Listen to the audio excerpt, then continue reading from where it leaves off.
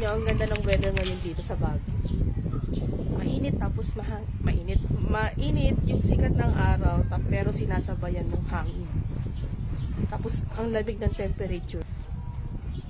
So yan guys, naisipan ko mag-ihaw ngayon. Sakto mahangin, mabilis lang magbaga yung uling natin. Pasensya na kayo guys.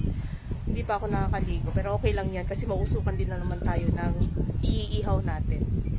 Sige guys, tara samahan nyo ako. Magsiset up muna ako ng pag-iihawan natin ng ating bangus.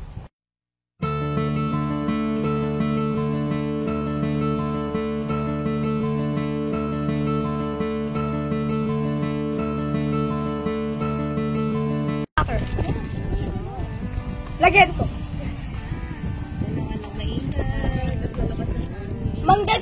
Maganda ng fire starter daw ang crackers. Okay. So, lalagyan muna natin siya ng pampalasa, guys. Katulad ng kamatis. Yan. Tinadtad ng kamatis, sibuyas. O, diba? Mag-iihaw ka, tapos ganito yung view nyo, guys. Ay! So, lalagyan natin ng konting asin pala, guys. Nakalimutan ko maglagay ng asin para may lasa yung bangus natin.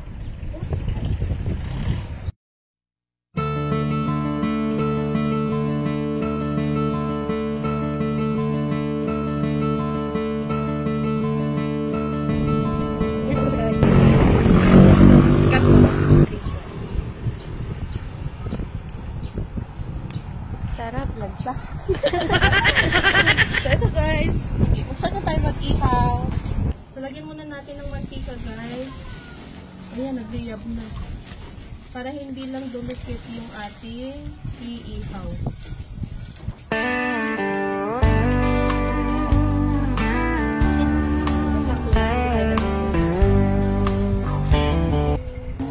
Hindi ka masunog, guys. Ang lakas pala ng apoy.